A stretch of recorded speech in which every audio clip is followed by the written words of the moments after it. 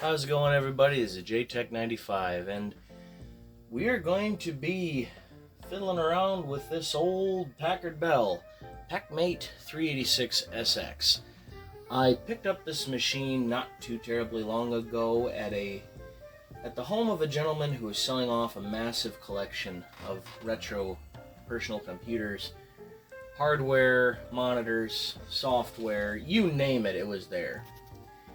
And the price was right, and I saw it in the stack and picked it up. And besides that, I've also got here, if you can see, a Roland SC7 sound module, and along with that I've got two Roland MA9 stereo monitors.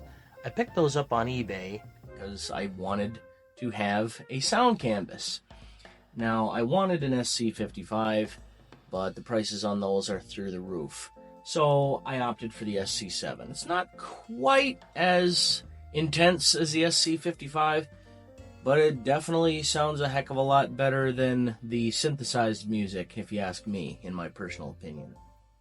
So anyway, we'll go into all that, fiddle around with this Pack-Mate, see what I got loaded up on it, and a whole bunch more, this time on JTech95.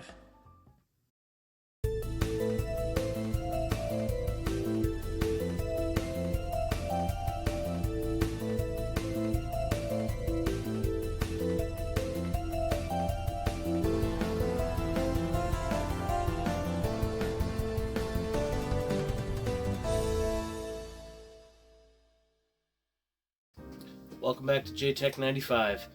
So yeah, the Pack-Mate line of personal computer systems came out from Packard Bell in the late 1980s, and one of their models was the Pack-Mate 386SX. You could get the Pack-Mate in 286 and 386 based machines, and this one just happens to be a 386. When I picked up this machine, it was pretty low on the totem pole in terms of specifications. It didn't have a hard drive anymore. The onboard video was a Paradise AVGA1 integrated into the motherboard. It only had a mega RAM, and it was pretty slow. So I did a couple of slight upgrades to it to bring it a little bit more up to snuff, which is easier said than done with a 386SX. Because if you look at the specifications between a 386SX and a 386DX, a DX 386 is an awful lot faster than an SX, for the plain and simple reason that a 386DX is the full deal. I mean, that's the full 32-bit architecture and everything else. The SX is a 16-bit. So what that means is that, being that the data path is only 16-bit rather than 32, a SX386 processor is almost on par with a mid to high-end 286. While a DX model for a 386 is more on par with a lower-end 486. So yeah, there's a big difference there, which for a lot of applications, running an SX 386 can be kind of a waste, because you're not going to get the productivity or the speed that you need to run a lot of games.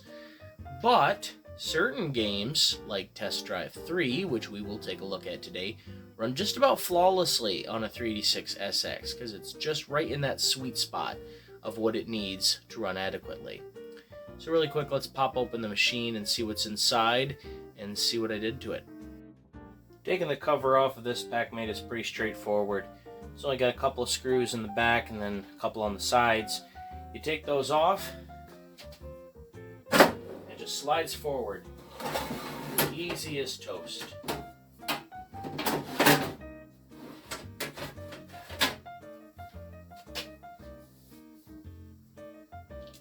There we go. So if we look inside this machine at the main part of the board, motherboard here, we can see the 4 megabytes of RAM that I upgraded this machine to.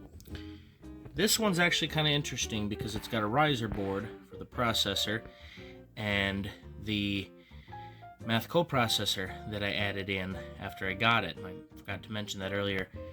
It's a i387SX, and the processor here, we go the other way around. That's better. It's a 386SX running at 16 megahertz. For storage, I ended up using a CF card reader hooked directly to the onboard IDE port on the motherboard. And I'm using a 512 meg CF card, which is more than enough for this machine. We look under here, we can see the chipset is a Faraday 88 FE3031-JK. And there is the onboard video chip, a Paradise PVGA-1A. I know I said it was an AVGA, but they're pretty darn close. They're equally slow. And back there, right in front of the riser board for the ISA slots, we can see the two BIOS chips and the Dallas real-time clock battery, which I was very happy to see was socketed because the one that was in it was dead, so I had to replace that, but being socketed, that wasn't a big deal. As for cards I've added in here, I've added an Intel Ether Express 16 for TCP/IP connectivity, which we'll talk about here in a little bit too. Kind of hard to see under there, but the sound card is just a basic Sound Blaster 16 plug and play. And then right above here, we've got the video card I added into here. It's an ATI 38800 VGA card. And on the back side here, we see that on the machine itself built in, we've got the onboard VGA, parallel port, 2 serial ports, and PS2 mouse and keyboard connections. Also on the back here, we've got the sticker for the specifications of the machine for voltage and whatnot. Serial number is 802-150-71, and the FCC ID is FOD Force 386SX. And of course, other than the hard drive, you gotta have floppy drives. So we've got a pretty standard 3.5 inch 1.44 meg floppy drive here on the left, sideways. And up here we got a 5.25 inch floppy drive, 1.2 meg up here. One thing I do want to point out really quick, this jumper right here, jumper W11, that is what controls whether or not you're using the onboard VGA or you've added a card. Right now I have the jumper set to be using a card because the onboard VGA sucks. Unfortunately, when you do that, you lose the cool little Packard Bell splash screen. So, really quick, I'm going to boot it up for the first time with the onboard VGA so we can see that awesome Packard Bell splash screen in the corner. And after that, we're going to go back to the graphics card I added in there because it's just so much better. So, we'll do that really quick. So, really fast, we'll boot up this machine with the onboard video. There we go. Cool little splash screen right up there in the corner. I just like how that looks.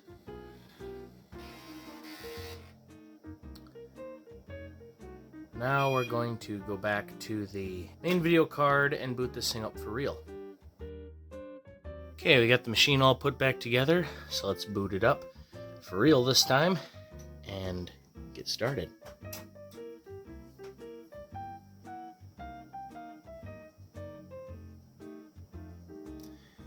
So as you can see, with the ATI Graphics Ultra card put in there, we do not have the cool Packard Bell splash screen, which I very much enjoy. But we got better video graphics now than that onboard one, so I can't complain too much. And I need to adjust the position of that monitor. I'll have to do that after DOS loads up. I do have Easy Drive installed on here just to make it a little bit easier because this BIOS did not like having a hard drive over 40 megabytes. So I used Western Digital Easy Drive, and that made things a lot easier to deal with. Loading up the device drivers real fast. There we go. Cool. So I do have a benchmark pack on here from Phil's Computer Lab. At least I copied over a handful of them that I feel like would be good to have on this 386 SX, because certain benchmarks would just be pointless to run on here. So we'll start with Landmark System Speed Test.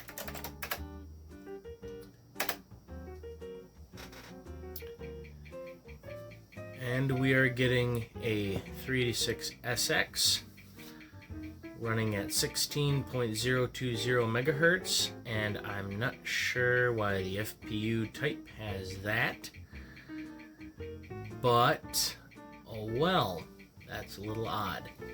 In video, I'm not sure why it's coming up as Trident, but again, it is what it is.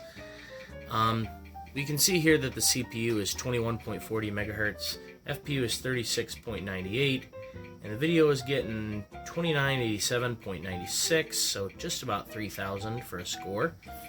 Go into deturbo mode, and it goes down to about 10.62 for the CPU with 18.45 for the FPU. So yeah, it's a rather slow machine. And we'll go on to the next one here, which is SpeedSys.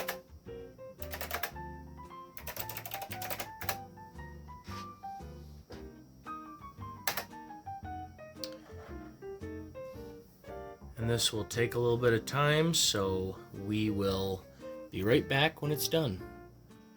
And there we go. For the processor benchmark, we get a score of 2.16.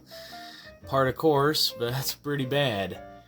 And we can see that we do not get a cache test for the plain and simple fact this machine does not have cache, either level 1 or level 2. So we'll move on to the next benchmark. And in top bench, it says that it closely matches the following entry, Packard Bell Pack-Mate 386SX. Well, it was right. And that follows right ahead of the IBM PS1 model 2121 and right behind the Zenith Z386. And we get a score of 34. Now, if we go into deturbo mode, it is like an IBM PC XT286 with a score of 18. I am not the least bit surprised. Yeah, this is not a fast machine by any stretch of the imagination. And let's move on to the next one, which is 3D Bench. And this is the last one we're going to do. I can't run cache check again because we don't have any cache. I'm not expecting much from this benchmark, but we're going to run it anyway and see what happens.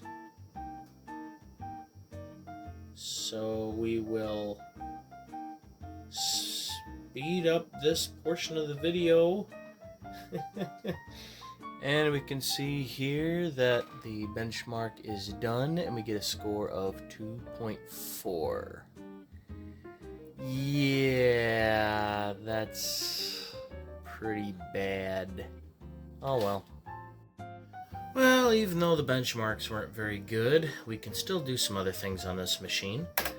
Like, for example, let's load into Windows 3.1 and play Canyon.mid over these Roland speakers with the SC7 sound module.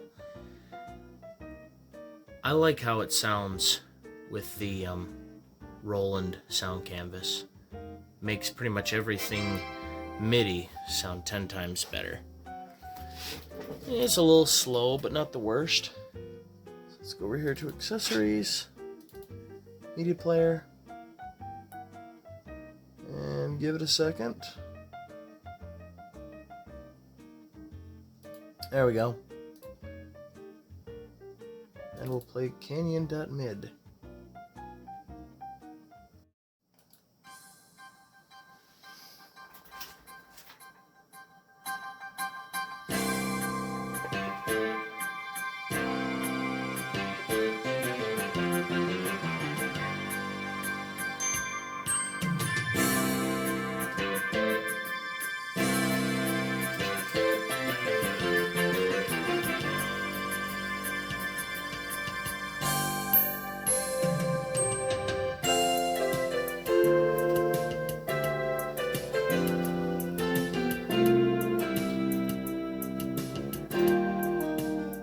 Playing MIDI music over a sound canvas makes all the difference in the world, especially in comparison to how it sounds off just the basic OPL or equivalent chip off the sound card.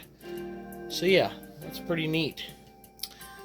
I don't have any games on here as of right now that take advantage of the SC7 or any sound canvas for that matter, because it's way too slow to play Doom, and a lot of the older games just weren't capable of utilizing it.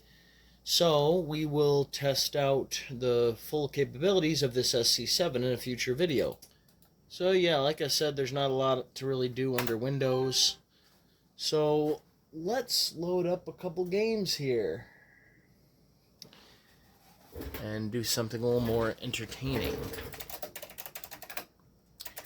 We got a handful in here. We got Bubble Ghost, Adventures of Captain Comic, and Test Drive 3, Lemmings, Demon Blue, a couple things like that. Let's start out with Test Drive 3.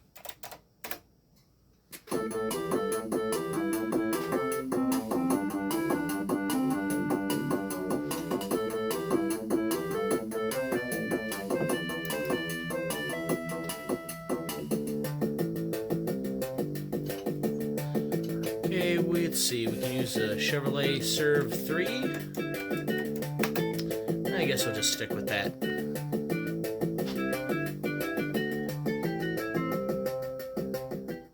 Good. Turn down the volume a little bit. Use a Pacific Yosemite wheel, F40 wheelbase. Oh, jeez.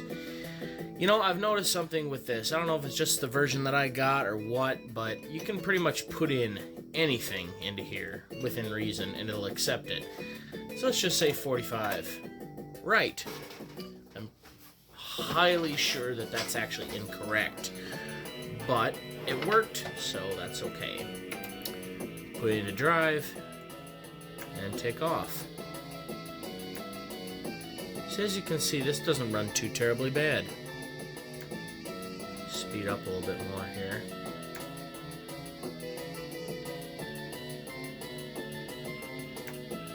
Yeah, this game is really picky with system speeds.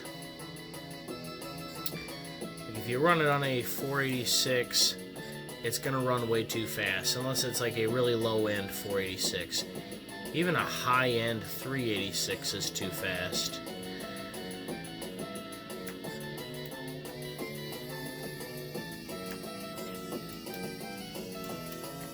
There we go. Whoops, whoops, whoops, whoops. Whoa. Let's get back on the road here.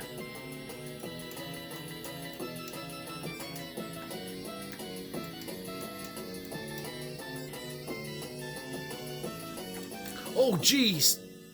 Boom. I'm pretty sure I'd be dead. Yeah. I promise I drive better in real life. Let's check out a couple other games here. Yes, I want to exit to DOS. Let's do Bubble Ghost. Let's see. We'll do EGA. There we go. One player game. There we go.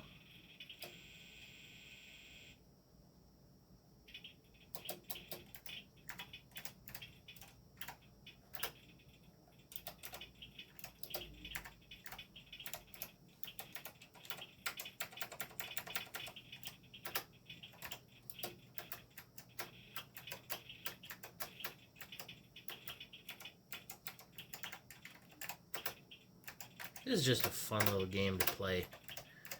I enjoy it an awful lot.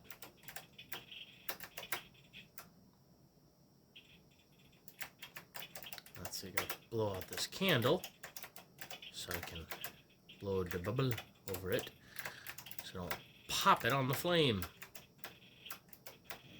There we go. Yeah, I went over this game in a little more detail in my MS-DOS top 10 games list video. Oops. And as I said there, this is a lot of fun to play. And if you do, by chance, blow the bubble into something and pop it, your ghost gives you a pretty angry face. Like, what's the matter with you? Yeah, fun little game to play through. Let's see. Control C, exits. Let's see what else we got in here. Let's play Lemmings. I believe it's just Lemmings. Yep. For VGA games. So 1 for PC compatibles. I know it's not high performance. Let's see what happens if I do a PS2. That should be okay. There we go. F1, 1 player.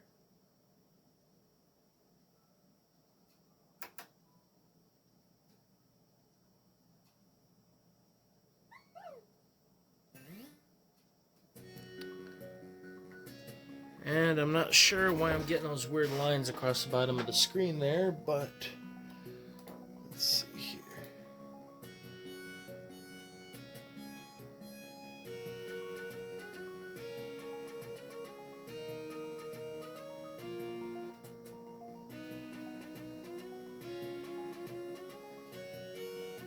And there we go.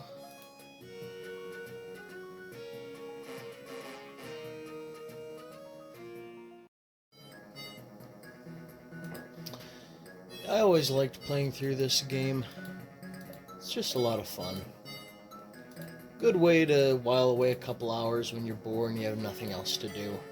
The first couple stages are pretty easy, but they become increasingly more challenging as you play through. But I like that. It gives you a little bit of a challenge and it keeps your mind busy, especially when you got little lemmings running around trying to find an escape, and they're too dumb to realize that if they jump off the top of something real tall, they're gonna croak, so yeah. But yeah, fun game to play overall. Let's check out another one. There we go, exiting Lemmings. Have a nice DOS. I will.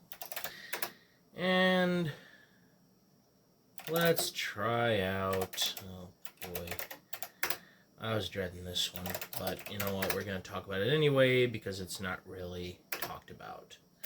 This is a game called The Dark Convergence. This game came out in 1993 by a guy named Jay Kintz. I can't remember what his first name was. This is kind of a game in the same avenue as like Hugo's House of Horrors, where you walk around with your arrow keys and you have to type in commands on what you want to do. Unfortunately, no offense to the guy who made it, it's still pretty impressive considering it was just a one-guy team who made this game. The game is a little broken. And it's fun if you can get through it, but it can be a chore to get it to control right. This is another game that's very picky about what kind of system you're using. You'll give it commands,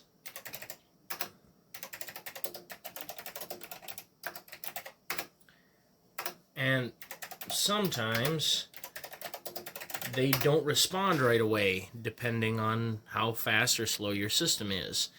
And if the system is too fast, the happenings in the game will sometimes happen way too fast. And on top of that,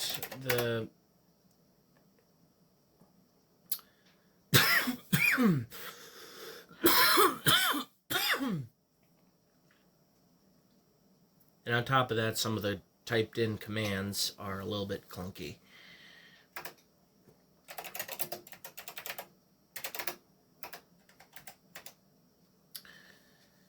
But yeah, this machine might be just a little too slow. I've tried it on my 486 DX25 and it runs pretty good. So that just might be the sweet spot for this one. Let's go upstairs. If it'll let me. Let's see. We'll open the door.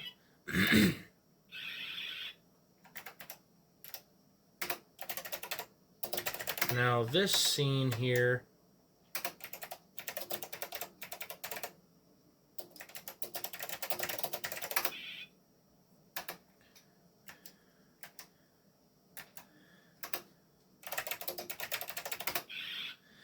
yeah, like I said, I've played this game before. What you're supposed to do is shut the door, block the door with the dresser, go to the bed, tie the sheets into a rope, stick it out the window, and then climb down before the monsters come into the room. And the game pretty much gives you like 10 seconds to go through that whole thing and type in all those commands, and it's very, very difficult to do it in time. So, yeah. Figured I would show off this game anyway, just to say I did. But, yeah, it's not good, I hate to say.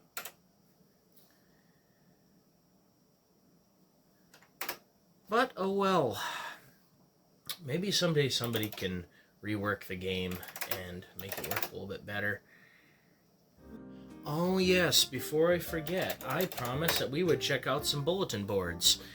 So, we have to run this batch file that I ran, and what this does is it runs the the packet driver for the network card I have in here, and for the utilities to enable it to use LAN and TCP/IP.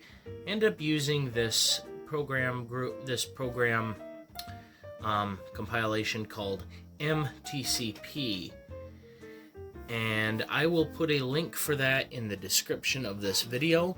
It's fantastic. It pretty much gives you almost everything you need to access networks, bulletin boards, whatever you want with a LAN card under MS-DOS. So let's run telnet, and we will put in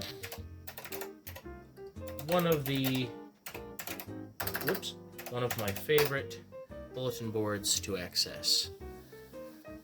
And as you can see, it's loading up. English, am I right?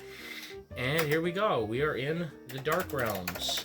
This is a really neat BBS that you can access. It has a lot of cool stuff you can do.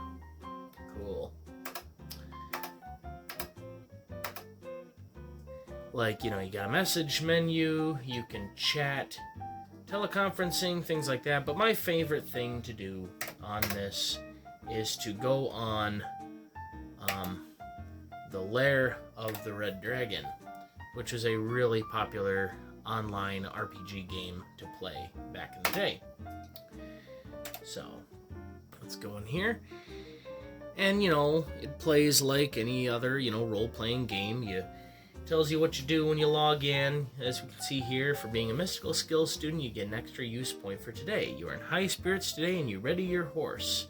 You wake up early, strap your power axe to your back, and head out to the town square, seeking adventure, fame, and honor. Awesome.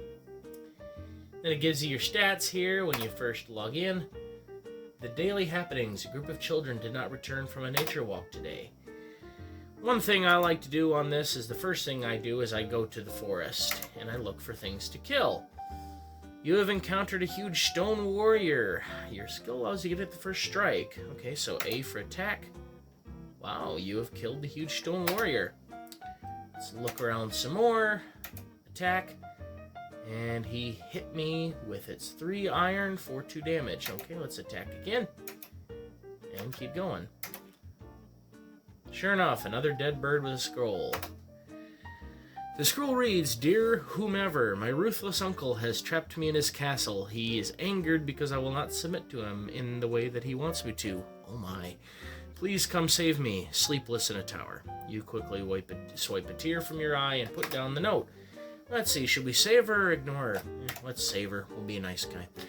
And here it gives you a list of different places that you can go to. Castle Coldrake, Fortress Lytix, Ganon Keep, Pinion Manor, and Dema's Lair. I have no idea. Well, let's see. It's in a castle, and she's in a tower. So...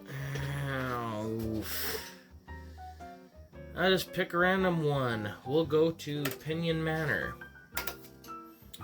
You reach the castle and fight your way up the tower. You blindly slash at any and all who stand in your path. You make it open and throw open the door. The door swings open. You see two beautiful women playing chess. Hello, ladies. Which one of you needs rescuing? You ask politely. Neither, they chime. You scratch your chin in confusion. So where is the damsel in distress? At this moment, a messenger... Someone didn't type that right. Bursts through the broken doorway. My friends, I bear terrible news. Pinion Manor has been attacked. Your father the king is dead. Ah, yes, well, this is all very tragic, but I need to be going. You stutter uncomfortably. Well, yeah, sometimes when you have these quests and things, they don't always come out the way you'd like them to. And you can also go to the local inn, and you can flirt with your girlfriend, Violet. Let's see what happens if I kiss her on the lips. She pulls you into a rough embrace and kisses you soundly. You are elated, and you receive 120 experience. Yeah, that's how that works. Okay. But yeah, it's cool to be able to get on these old bulletin boards and just see what you can do on these. And there's other bulletin boards besides just this one. We'll check out one more. There we go. Eat my shorts. Oh, Bart Simpson. Ah, yes. This is a neat one because it shows you little, news articles from present day. Like, let's see. BBC posts the legal battle over the law which gives Texas sweeping powers continued on Wednesday. Yeah, a whole bunch of news articles here, but we're gonna skip past all that. And because this channel is not about politics, this is about computers. Here we go. Interesting things that have happened and people born and died on this date. Let's see, oldest thing is today in 1634, Balthazar Becker, theologist, examiner of comets, was born. Cool. Let's see here. Let's keep going here. And deaths. Let's see.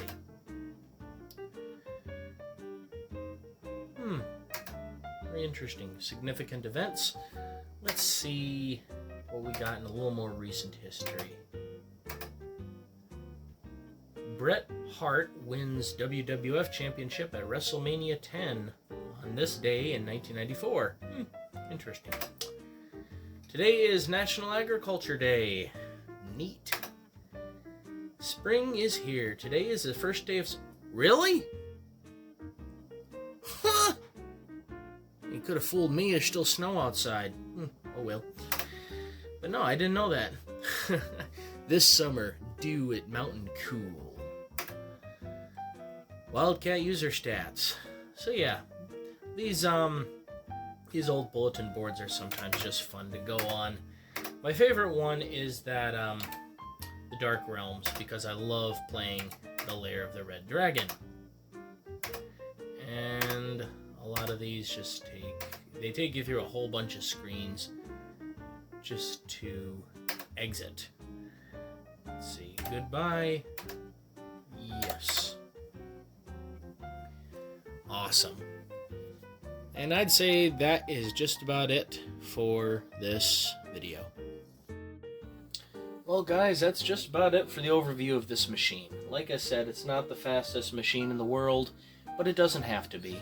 It's neat to see machines like this that still operate just to tinker around with them and see what life was like back then. That's a lot of the appeal of working with these retro computers. It's kind of a time capsule. It takes you back to a simpler time when machines were still to an extent, still in their infancy when it comes to the advent of the personal computer, and a time before the internet. Yes, you had bulletin boards like we just saw a couple here, but there was no Google, there was no YouTube, no Facebook. It's just interesting to see what life was like back at the time when machines like this were commonplace. But yeah, all in all, I am impressed with this machine. It's a fun one to tinker around with.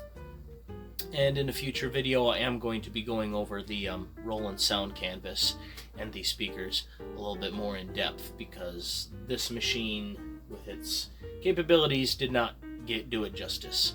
So we will come back another time to talk about the Roland SC7 sound canvas. But anyway, guys, I hope you enjoyed the video. If you haven't hit that like button yet, go ahead and hit that. I'd really appreciate it. And leave me a comment on what you thought of the video, or many of my other videos for that matter. And if you like seeing content like this, why don't you go ahead and hit that subscribe button. I'd really appreciate it too.